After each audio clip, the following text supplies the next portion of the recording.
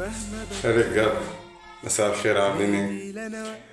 النهارده يوم جديد من قناة الزملكاوية الرياضية، بس أنا مبسوط يعني.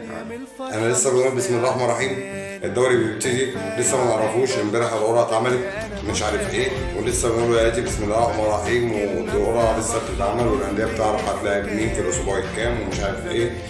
بسم الله الرحمن الرحيم. أخويا لا باين إن النادي الأهلي عايز يلعب ماتشات حرس الحدود اللي هو لسه صاعد الممتاز، وماتشات الجيش وماتشات الداخلية التلاتة على استاد برج العرب.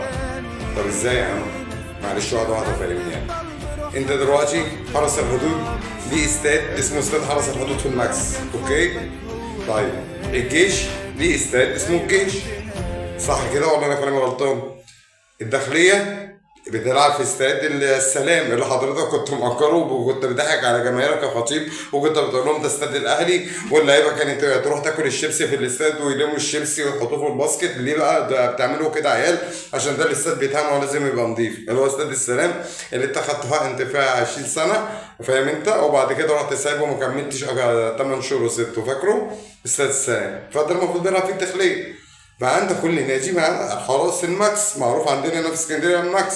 استاد الجيش واستاد الجيش ده معروف، استاد الجيش او كليه او اسمه ده كليه حربيه، يا الجيش او كليه حربيه، تمام.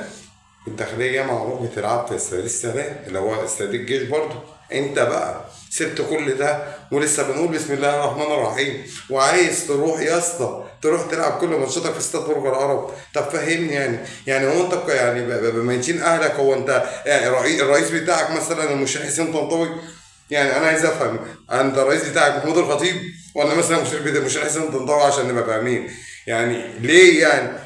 اسماعيليه مش عايز تروحها، بورسعيد بتقول لك لا مش هلعب في بورسعيد، انا ماتشات بورسعيد يا اما العبها في المحله يا اما العبها في الاسماعيليه. ده الاسماعيلي كمان مش عايز تروحه. طب بس هتروح فين؟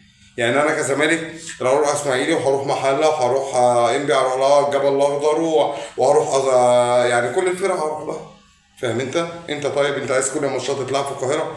جايب لي صفقات تعدي، مع احترامي لحضرتك، اجمالي صفقاتك اللي انت جايبها تعدي 5 مليار جنيه، وكمان مش عايز تروح تلعب الانديه في ملاعبها؟ طب اصلا ما تاخد الدوري. ما قلت لكم يا اولاد ميتين الكلب يا اتحاد كوره يا مش عايز اغلط، من السنه اللي قبل اللي فاتت اعملوا 2 دوري، واحد ياخدوا الاهلي واللعيبه والانديه تصدق عليهم مبروك الف مبروك الزغرطول ويدوا درع، والانديه الثانيه نعمل لها دوري خاص بيها، دوري محترم، دوري يستاهل يلعبوا فيه. ده الاصول. لكن انت جايب صفقات ب 5 مليار دولار وخايف تروح تلاعب المحله في المحله والاسماعيلي في الاسماعيليه، بورسعيد هنقول لسه ما عملوش الملعب بتاعهم تروح تلعبوا في الاسماعيليه، كل ده خايف تروح هتروح تلعب ايه؟ عايز تلعب كل ماتشاتك في القاهره وتقول لي ده اصلا وفير بلاي؟ ليه ايه؟ ده انت جايب لعيبه تروح تلعب في المريخ. انت خايف تلعب من فين يا اسطى؟ خايف تلعب مين؟ خايف تلعب فاركو وسيراميكا انت جايب ليه صفقات تعدي؟ اقول لك ايه بس؟ كل ده صفقات وانت خايف من فاركو وسيراميكا والمحله في المحله، اسماعيلي في اسماعيلي، هو الاسماعيلي في حد؟ اسماعيلي بيهبط كل سنه. ليه يا اسطى؟ ما تفوق يا عم، هو انتوا بتلعبوا في دوري لوحدكم؟ ايه القرف يا عم والزق اللي احنا فينا؟ عم ميتين ام دي كوره مصريه يا جدع.